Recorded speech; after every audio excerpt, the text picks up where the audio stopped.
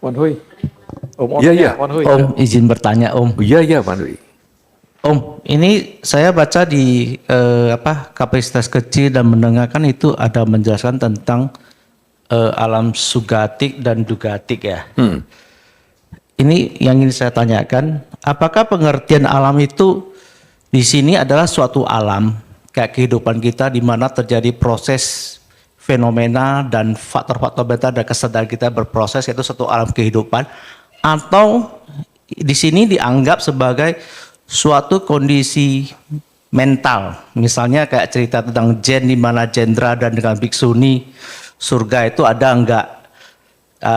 Seorang Master Zen mengatakan tidak ada, jenderalnya marah, itu neraka. Kemudian kalau dia katakan, dia kemudian tersenyum memuji jenderal mengatakan, wah kamu, dia senang dan gembira, itulah surga. Apakah maksudnya diceritakan di sini ada memang kondisi alam yang sebenarnya, atau memang kondisi mental, atau kedua-duanya yang dipahami? Itu. Pertanyaan kedua Om, ini 3 kapasitas ini, saya melihat itu sepertinya sudah menceritakan 3 tradisi gitu. Ataukah memang tradisi yang menengah kedua, tradisi menengah dan yang tinggi itu mencakup 2 tradisi.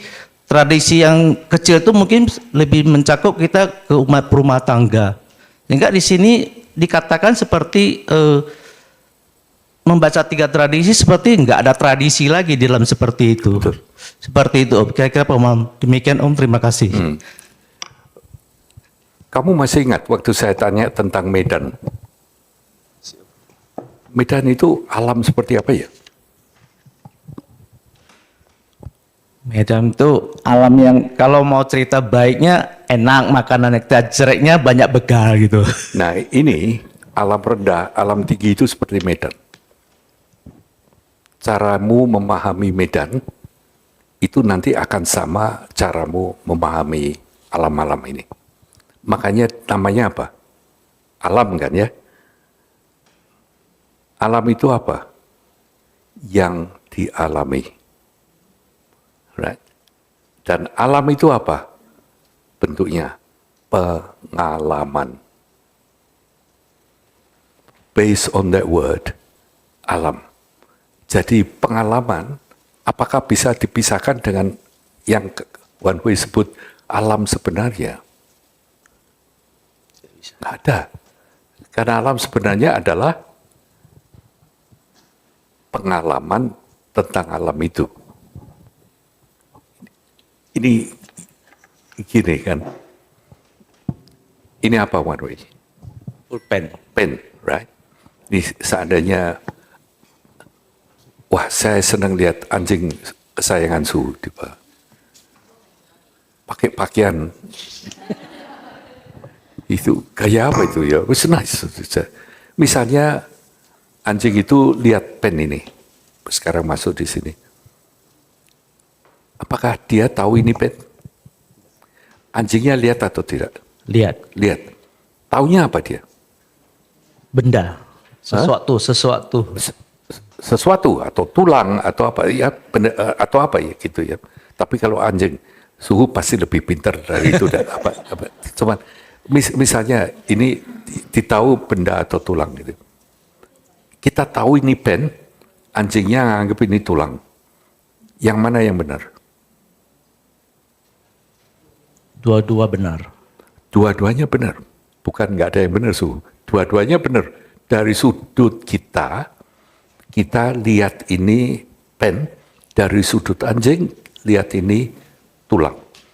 Jadi sebetulnya salah satu cara nerangkan, kalau dilihat dari sudut itu, kepenannya ini, itu enggak ada.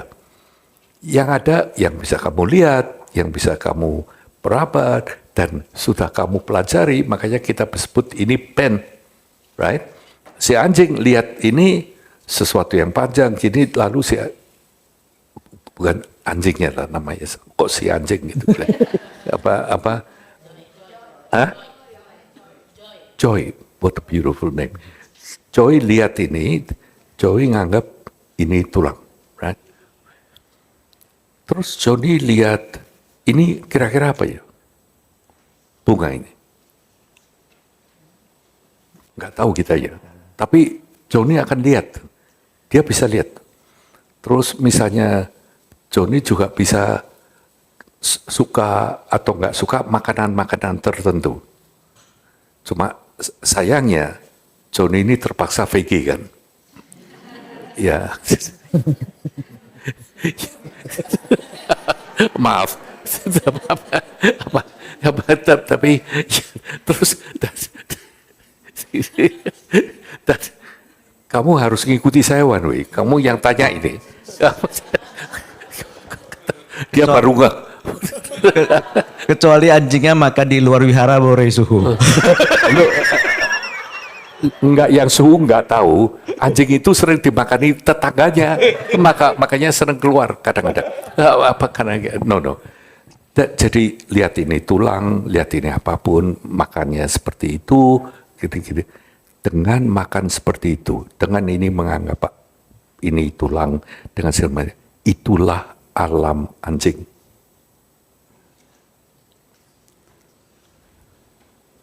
Right? Do you follow first? That one, ya. Nah, kita ini pen, ini bunga, ini iPad, ini buku, ini alam manusia. Jadi alam manusia ada nggak? Ada. Alam anjing ada nggak? Ada. Dari sudut pandang dia, yang dia lihat, itulah alamnya. Neraka. Menurut kamu gimana?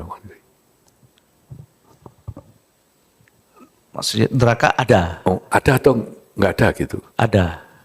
Bisa di GPS? Nggak bisa. Atau Waze? Nggak bisa. Adanya gimana? Pada saat lagi jualan rugi. Very good. Very good. Kalau itu neraka alam perdagangan. Right? Intinya seperti itulah. Intinya seperti itu. Jadi ada atau tidak ada, kamu mau argue segala macam. Sebab kalau ada, yang bangun siapa? Dan itu mestinya mahal sekali. BBM-nya itu semuanya serba terbakar. Ya, wah ininya membara, ininya panas. Itu BBM-nya berapa? Apa ada? Padahal LPG 3 kilo pun berapa ya sekarang? Itu hitungannya sudah bocuan lah. Apa ngelola neraka itu saya kira kok nggak beruntung. Untungnya apa? Ya, makanya that's not the point. The point itu, please remember, alam itu, nama alam bahasa Indonesianya yang menolong sekali, adalah pengalaman. Right? Alam tengahnya. Atau yang kalian alami itu is God. Makanya menggunakan kata alam. Saya menghindari menggunakan kata duniamu. Karena dunia ini bahasa Arab. Dunia untuk orang Arab ini, nih yang ada ini dunia buat mereka. Pengertiannya loh, definisinya. Kalau dari Buddhis, no. Itu adalah yang kamu alami.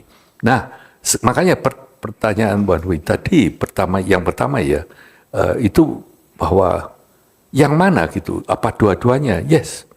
However you experience it. Right? Is that clear then? Ya. Yang kedua tadi apa? Sorry. Pertanyaan. Dari pembelajaran ini 3 kapasitas kecil benar tertinggi. Dengan tradisi? No. Nggak ada hubungannya dengan tradisi. Ajarannya ini loh. Ini hubungannya dengan kita. Dengan One Way, dengan Salim ini. Kita akan melewati hal-hal semacam ini. Nah, kalau kamu punya certain thing, cuma kamu ketarik ke tradisi karma apa, atau kamu tertarik ke tradisi apa, oke, tapi ini bukan urusan itu gitu. Nah, ini sebetulnya menceritakan tentang kita nih. Bahwa kita ini mulainya hanya ingin lebih enak masa depannya, Tapi terus berikutnya ternyata lebih enak pun juga tidak memuaskan. wah daripada manusia kepingin, ya udahlah paling tidak kehidupan masa depannya jadi dewa dah. Mestinya lebih enak. Yang lebih enak gitu kan. Terus kamu jadi dewa gitu. Itu kalau kamu ya menjadi dewa itu paling tidak sudah 10.000 kan ya. Namamu kan one itu 10.000 kan. Ya apa dewa 10.000 gitu ya. Apa sudah melihat. Tapi ternyata 10.000 itu kalah dengan yang 100.000. Ya. Dan kamu jadi dewanya pun juga not so good. Nah, setelah mutar, kamu ngambil konklusi. Terus kamu dikabari bahwa sebetulnya ada alternatifnya nih, daripada cuma muter-muter terus. Gimana? Yang justru yang kamu harus kejar, bebaskan kamu dari belenggunya, sehingga kamu cuma ngalami seperti itu terus. Semua alam ini. Nah, makanya ini namanya pengentasan diri, right? Dan kamu mengentas, terus kamu bilang, oke, sekarang saya mau pembebasan, artinya kamu akan menghilangkan semua kelesa-kelesa yang kamu miliki, dan dirasai sehingga kamu mencari pengentasan. Nanti, kamu di situ pun, kamu tahu bahwa sebetulnya, meskipun nanti kamu akan dibebaskan, tapi yang kamu cari sebenarnya, kebahagiaan yang sejati, yang sebenarnya, itu bukan itu sebenarnya. Ada sesuatu beyond that. Ada sesuatu beyond that. Makanya, menggunakan kata nirwana, dikatakan ini hanya teknis saja. Jika kamu setelah mencapai suatu saat di mana one way mengatasi semua kelesamu, dan itu dianggap kamu bebas. Makanya kamu disebut arhat, right? Arhat itu mencapai nirwana, tapi nirwana yang bersisa. Sisanya badan ini loh. Badan ini kan bikinanmu dulu, right? Makanya Buddha sisanya kelihatan mempertunjukkan badan ini sakit, tua, masih tetap jalan nih. Meskipun kamu sudah jadi arhat. Misalnya, nanti malam, tapi ya mungkin enggak nanti malam, mungkin besok malam kamu jadi arhat gitu. Ya. Wajahmu mesti tetap sama. Apa, jangan mimpi kamu terus jadi langsing, enggak mungkin. Tetap ukuranmu mesti tetap sama. Sebagai one way, arhat nih, ya tetap sama. Makanya disebut kamu mencapai nirwana bersisa. Ya, ada bersisa. Ini tekniknya. Artinya masih ada badan ini yang sisa dari karma yang lalu. Nah, nanti kalau akhirnya kamu selesai kehidupan di sini disebut nirwana tak bersisa. Nah, tapi juga dikatakan nih, kalau kamu nanti di kapasitas tinggi, ya kapasitas tinggi, kamu melihat kebahagiaan, juga bisa dikatakan nirwana, kan nirwana itu pembebasan. Tapi kali ini nirwana yang disebut nirwana tak berlokasi, yang tidak ada tempatnya, berarti just a state of freedom, atau ini yang disebut Buddha, right? Itu. Ini hanya kalau kamu nanti baca one way. Ini artinya nirwana yang macam-macamnya itu artinya sehubungan dengan ini, right? Oke. Terima kasih, Om. Ya, sama-sama. Lanjut. Marina ya. Suruh banyak sekalian. 86, 87, 88. Ketika kalian sakit, rasa sakit yang tajam menyerang tubuh kalian, dan pikiran penuh penderitaan berat. Pikiran yang terkurung menarik diri, tidak mau mengurusi hal lain. Makanan terasa buruk, wajah dan kulit kalian menjadi kusam. Ada rasa sakit yang hebat akibat pengambilan darah, moksibusi dan intervensi lainnya. Tidak enak, merasa lapar karena kalian harus minum obat pahit. Dan makanan enak malah dinyatakan berbahaya. Jika kalian tidak bisa makan, bahkan dalam upaya menjaga spray kalian tetap bersih, kalian pun gagal. Sekalipun kalian ditawari makanan yang lezat, makanan itu tetap terasa tidak enak. Kata-kata yang diucapkan dengan lembut terasa kasar di telinga kalian. Kehilangan makanan dan kekayaan yang besar terjadi dan jatuh ke tangan setan dan sebagainya. Malah lebih tinggi. Karena takut mati, pikiran kalian tersiksa. Siang dan malam penderitaan muncul dan para perawat pun tidak dapat meringankan rasa sakit kalian. 87.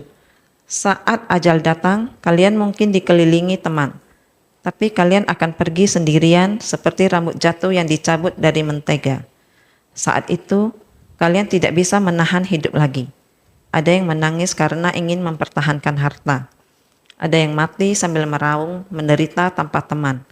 Ada yang mati penuh kebencian karena dibunuh. Ada yang sangat menderita karena terpisah dari teman, dan ada yang masih terikat pada harta dan kerabat. Ada juga yang mati dengan pikiran sibuk tentang kebaikan yang belum selesai. Hidup ini berhenti dan sang penguasa kematian datang. Beberapa yang sakit parah takut dan cemas. Ada yang sedih tanpa ada yang membantu. Mereka berkata, aduh, teman apa yang bisa aku lakukan? Dan merasakan penderitaan hebat. Mereka tidak melihat siapa yang bisa melindungi. Dengan kebingungan, mereka akan mati tanpa bisa menolak. Ini Erina, so they talking about penuaan, sakit dan mati. So jadi cover the whole lot. Tadi ngomongkan mengenai alam, sekarang menerangkan mengenai kelahiran, kematian, bait per bait. Bait sebelum ini kan mengenai tua, right? Bait sebelum itu mengenai sakit. Sebelum ini mengenai sakit, sebelum itu mengenai tua. Belum itu mulai lahir. Oke, sorry, please.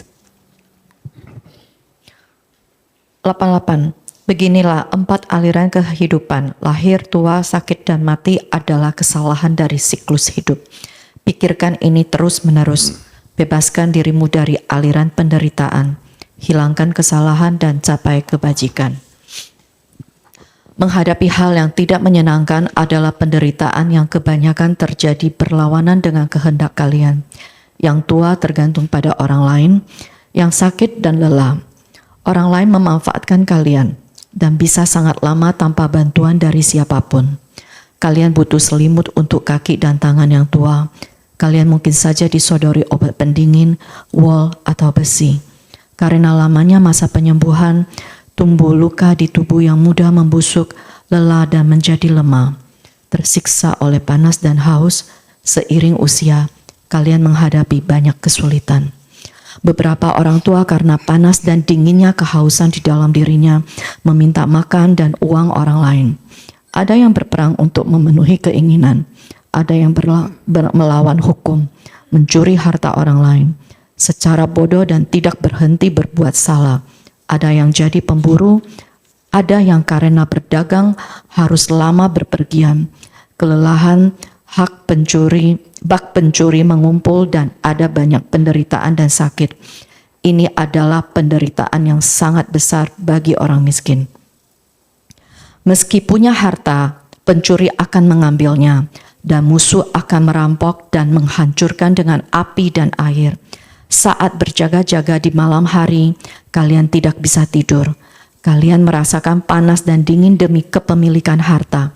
Saat lelah dan capek, kalian tidak bisa membantu orang lain.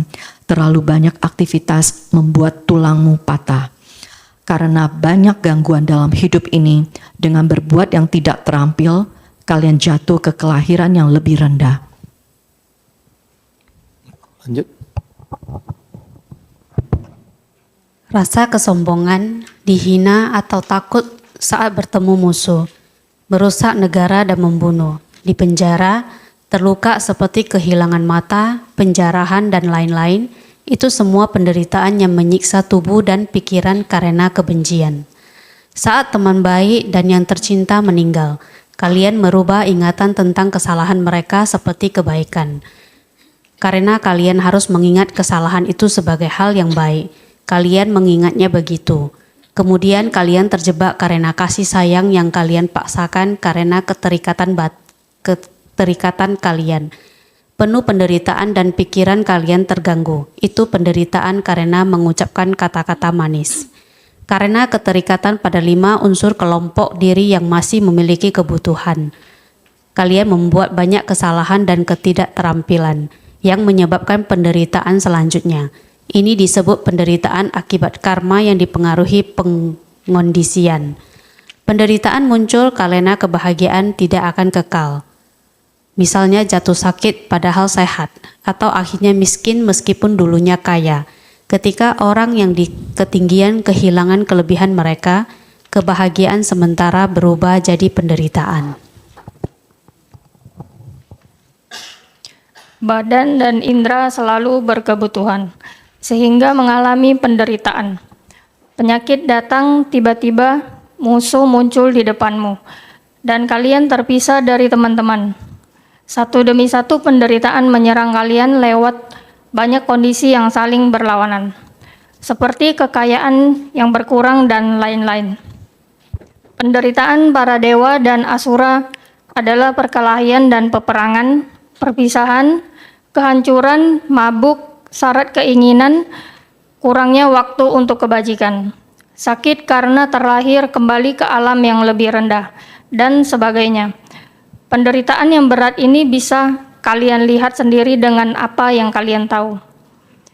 Dengan cara ini, kalian harus merenungkan dan mencatat dalam pikiran kalian banyaknya kekurangan dan kesia-siaan dari siklus kehidupan ini.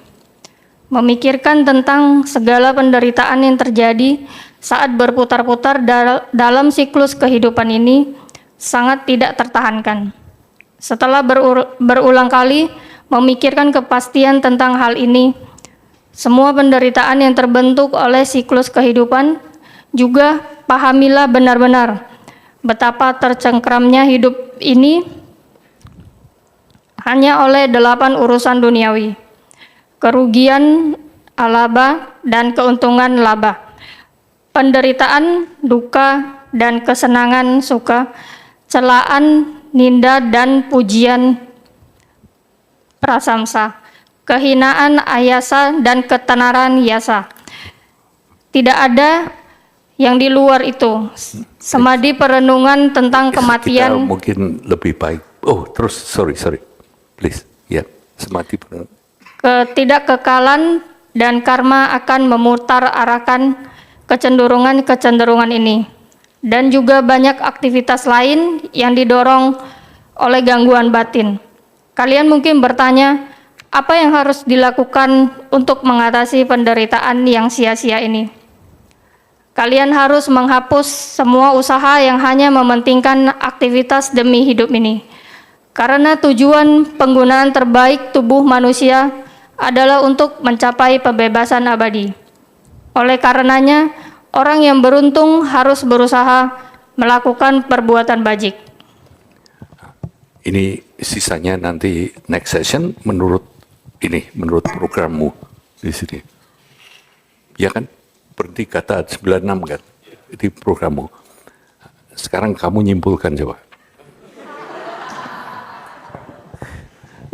Kamu mumpung masih ada waktu kan? Sesudah itu kita istirahat early juga oke. Nggak usah harus sampai jam 12. Once you finish, atau kalau ada yang mau tanya gitu kan. Iya, jadi you can feel this so far this bit. Ya, saya berusaha untuk merecap dan membuat kesimpulan bagi saya sendiri. Ya, semoga saja rekapan saya sendiri ini ya bisa sama dengan yang lain. Saya mulai dari misalnya kapasitas kecil. Ini mengingatkan kita, saya ini agar hidup ini tidak hanya serta-merta hidup di sekarang ini tanpa memikirkan yang akan datang. Ini kadangkala memang saya sendiri banyak masih lost, kurang awas, sehingga apapun yang saya kerjakan setelah kembali belajar ini, saya merasakan, oh ini menyadarkan saya kembali bahwa apapun yang saya kerjakan sekarang, dari dagang, dari yang lain, bahwa tujuannya ini sebenarnya untuk setidaknya loh, kehidupan yang akan datang. Ya walaupun kadangkala, nah ini mixnya ada juga pada saat kesempatan lain, saya juga memikirkan bagaimana supaya bisa lepas dari samsara ini. Dari yang terakhir ini adalah samsara ini ada 6 alam. Ini pelajaran ini tadi baru sampai separuh, tapi mengingatkan kita bahwa dari neraka, manusia, alam binatang, alam dewa, dan yang Brahma pun 6 kelompok kehidupan ini masih banyak cacatnya. Masih banyak cacatnya, jadi kalaupun kita mampir ke alam itu, ini akan lempar kembali lagi. Kemudian yang teringat kemarin adalah bagi yang meditasi mencapai jana, yang mencapai alam persepsi dan non persepsi, ini hanyalah akan melempar kita ke alam dewa yang umurnya panjang. Tapi kalau lihat dari pelajaran ini, kita ini diingatkan yang kita tuju bukan alam dewa umur panjang yang persepsi dan non persepsi, tapi setidaknya kembali lagi mengingatkan kita akan hidup ini ya keluar dari samsara, atau karena memang ya basisnya memang saya sendiri udah banyak belajar ya memang dari bodhicitta, ya mungkin arahnya nanti yang pembahasan yang akan datang. Tapi pelajaran yang 1-2 hari ini pun sebenarnya mengagetkan kita juga, bahwa dimulai dari cerita Lama Dromtonpa itu mengingatkan kita bahwa loh, kalau hidup ini menjalankan dharma. Nah ini yang membuat kita harus berpikir ulang, apa sih yang namanya menjalankan dharma? Menjalankan dharma adalah bagaimana sih hidup kita ini supaya lebih dekat kepada kenyataan yang ada. Kenyataan yang ada, kenyataan hidup ini itu bukan tidak lepas. Kehidupan ini kenyataannya yang bisa kita rasakan, hanya kadang-kala kita abaikan adalah bahwa kita akan selalu ketemu ketidakpuasan ini loh. Kita akan selalu ketemu penderitaan ini. Menderita ditambah dengan ketidakpuasan, duka. Yang kadang-kala kita juga karena bebal, karena makanan enak, ya kita juga lupa gitu loh, bahwa ini sebenarnya ya tidak akan memuaskan kita sampai kapanpun. Kemudian kita juga kadang-kala lalai bahwa ya ini hidup ini sementara, badan ini dan lain-lain ini, teman-teman ini semuanya juga sementara, nggak ada yang bisa diandalkan karena akan berubah terus. Setidaknya kematian pun akan tiba. Nah ini kita lalai nih. Jadi pelajaran-pelajaran ini sebenarnya mengingat-ingatkan kembali, kalau kita flashback yang kemarin pun, dari kematian pun, renungan akan kematian pun sudah mengagetkan kan. Kita setidaknya mesti menyadari kematian ini pasti. Lalu kita juga abai, saya nggak mati dalam waktu 10 tahun inilah. Lalu kita juga abai dalam rangka waktu kematian ini. Jadi ya abainya ini bagi saya sendiri, saya mengingatkan ya, masih juga kesana kesini segala macam, padahal kematian itu kapan aja bisa datang kan. Lalu dengan demikian, dengan perenungan ini ya kita pelajaran ini lah 1-2 hari ini mengingatkan saya untuk lebih awas dan untuk lebih hadir, untuk lebih berpacu mengerti pelajaran ini dan menjalankannya dengan baik. Ya demikian Om. Very good, very good. Thank you. Terima kasih. Sedikit koreksi, sedikit saja. Jadi pengertiannya mengenai alam dewa, ini teknikal ya, kita juga nggak. Jadi yang disebut alam persepsi dan bukan persepsi, itu alam arupa dhatu. Dewa yang tertinggi ini masih alam rupa dhatu. Jadi bedanya di dhatu, bukan ini sama dengan itu. Tapi di alam rupa dhatu, dewa yang paling tinggi, Mahadewa ini, dewa yang umurnya panjang. Gitu loh maksudnya. Jadi kamu baik di alam Kamadhatu, ini di tempat kita, ini Kamadhatu ini yang ada 6 alam itu, yang paling atas ini juga masih dewa, tapi dewa Kamadhatu, yang masih punya keinginan segala macam. Tapi dewa Arupa Dhatu, ini dewa yang berumur panjang juga ini. Itu dewa Arupa Dhatu. Rupa Dhatu. Kamadhatu, Rupa Dhatu. Terus yang Arupa Dhatu, ini mulai hanya bisa dicapai dengan jana. Right? 1, 2, 3, 4. Sampai paling atas. Itu alam Arupa Dhatu. Just for technical correction. You got it? Iya. Yeah. Terima kasih. Ya. Apakah bisa disebut Brahma juga, Om? Begini, Brahma itu pangkat. Iswara itu juga pangkat. Indra itu juga kondisi, bukan orangnya gitu. Jadi banyak Indra, banyak Brahma. Brahma Sahampati, Brahma itu banyak Brahma. Itu position dalam alam perdewaan. Tapi juga tergantung presiden dewa-dewa itu kabinetnya bisa namanya ganti. Ya, jadi yang namanya Brahma itu pencipta, right? Pencipta Brahma. Terus yang namanya nanti Indra itu betul-betul executive branch. Eksekutifnya branch itu Indra yang mimpin seperti itu.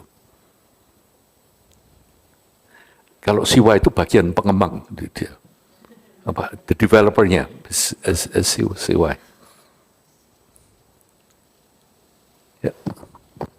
Saya tambah lagi Om, karena ini pemahaman saya sih yang mesti saya juga sampaikan ke teman-teman.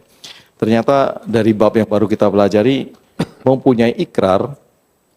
Kalau kita memang ngeh dengan bahwa dalam batin kita itu memang tidak lagi untuk atau menghargai kehidupan dan lain-lain, dengan ikrar yang ada dalam hati itu sebenarnya menumbuhkan, membuat banyak kebajikan, kusala. Jadi ini juga menumbuhkan punya juga Om ya. Secara otomatis kita mengumpulkan punya dengan adanya ikrar. Dan makanya tadi dari para sangga bikuni itu kenapa disebutkan begitu huge kebajikan yang dikumpulkan dengan hanya mempunyai ikrar pratimoksa. Karena kalau kita 5 bikuni aja udah 348 ya. 348. Kita 5 gitu loh. Nah, ini yang tadi dari sini saya tahu Om. Jadi sebenarnya ya teman-teman kalau punya pratimoksa 5 aja ya oke lah sedikit. Ya. Jadi ini promo Om. Beli 1 dapat 1.000 kalau join sangga. Iya betul. Makanya saya pikir sudah ada pamfletnya kok belum ada gitu loh. Mungkin karena ini beliau-beliau ini sibuk merawat kita semua. So. Betul. Memang harus dipromokan, tapi tidak mudah. Karena uang pendaftarannya ini besar. Dalam bentuk daya berkah ini. Kalau tidak punya uang pendaftarannya, nggak punya yang seperti Su katakan benih yang ditanam, nggak bisa mesti. Bisa pun juga nggak lama. Ini buktinya bahwa yang dibutuhkan itu di zaman Tang. Jadi biku atau jadi biksuni itu mahal sekali. Bukan urusan benisu, urusan uang benar-benar untuk jadi biksu-biksu. Makanya Swansang itu nggak ada nggak ada kemungkinan untuk ditolong ini. Dia harus pergi dulu, betul-betul ingin cari. Begitu juga Yejeng. Yang dilihat winayanya, yang dilihat apanya. Karena untuk ngomong, karena sudah nggak masuk akal gitu loh. Itu upacaranya, katanya untuk jadi biku, itu ya hampir seperti di sini kalau ada hajatan itu. Jalan ditutup, pakai dekling, terus pakai apa tuh yang namanya sound systemnya yang tinggi gitu. Hanya untuk jadi biku atau jadi bikuni gitu kan? Orek. Ya seperti itulah. Jadi zaman itu di Tang, karena apa? Karena jadi biku itu prestige. Jadi bikuni prestige juga. Makanya silanya, makanya cerita tentang banyaknya pelanggaran-pelanggaran yang tutup mata ini banyak sekali waktu itu. Makanya Swansea ngomong ini bukan ini loh Buddha Dharma. Tidak semua. Tapi waktu itu canggih-canggih apa yang penerjemahan dan biku dan biksuni yang canggih-canggih. It's all that. So it's true. Uang pendaftaran boleh dicicil, Om.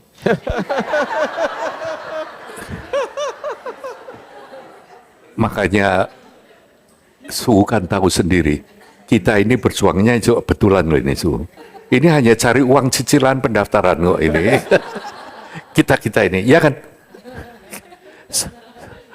Supaya ini kan kita baru cari uang pendaftaran, tapi kelihatannya gimana? Iya. Enggak, saya pikir seandainya punya saham gitu kita bisa beli sahamnya ya. Tapi ini enggak bisa. Ini payah. Jadi naiknya ya cuman paling sesuai dengan deposito lah. Ya. Oke. Ya.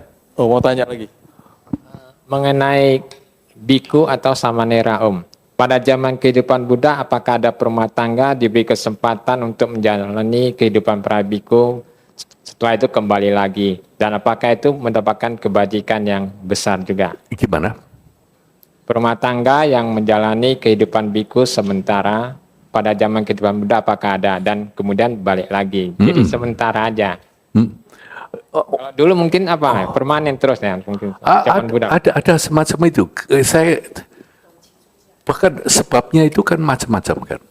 Untuk tidak jadi lagi biku. Cuma ada satu yang menarik. Ya, maaf ya, ini ceritanya agak. Kamu cuma boleh ganti seks 3 kali. Jadi kalau masuk biku, terus kamu transgender, operasi you become woman, kamu harus meninggalkan biku kan. Karena perempuan. Terus nggak enak jadi perempuan, jadi laki-laki. Sekali lagi, itu hanya boleh 3 kali. Jadi India itu waktu itu advance sekali urusan LGBT ini. LGBT. Sampai sekarang kan, yang namanya waria itu punya kedudukan loh. Kalau ada perkawinan mereka yang nyanyi, yang dan ini menjadi suatu institusi. Enggak, untuk jawab kamu paling tidak ada itunya. Tapi kalau bilang keluar atau enggak itu human, it's very human. Very human. Makanya enggak mudah. Untuk pakai jubah ini enggak mudah. Bukannya nakut-nakutin loh. Tapi kamu kalau sudah di dalam, please appreciate gitu. Di luar tidak seenak yang kamu bayangkan. It's really benar. Outside tidak seperti yang kamu bayangkan. Semuanya in your mind. Jadi sama-sama ya, it's about your mind. Mungkin lebih cepat yang di sini loh. Meskipun pendaftarannya mahal. Tapi ya Suki. Oke. Saya bentar di Suki mau tanya. Oh, Suki ya. Izin kok. Yeah. Om, tadi sempat dengar Om ngomong selama ada panca upadana skanda itu kita akan terus menderita lah, tanda petik. Ribet. Ya ribet lah. Nah panca upadana skanda itu artinya kan nangkepnya adalah panca skanda kita tuh kayak selalu memiliki kebutuhan. Masih dapat dimaklumin ketika misalnya rupa kayak panca indera kita butuh melihat yang indah, makan enak dan lain-lain. Wedana perasaan pengen merasakan sesuatu yang nyaman. Kalau untuk shanya, sankara sama yang awareness itu upadananya seperti apa Om? Nah gini, kalau kamu baca ya panca upadana skanda. Yang panca skandanya ini kamu bereskan dulu. Sebab definisinya ini keterangannya, panca upadana skanda itu jika kamu, your body and mind, ya panca skanda dalam ini ada dua sebetulnya standarnya Sugi. Yang kemarin saya sebutkan. Yang satu masih memiliki kebutuhan, yang dua menganggap bahwa panca urut-urutannya gini, karena kamu menganggap bahwa panca upadana skanda ini adalah aku,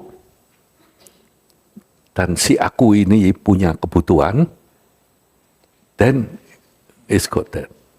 Jadi kebutuhan aku ini terbatas dari mata, telinga, segala.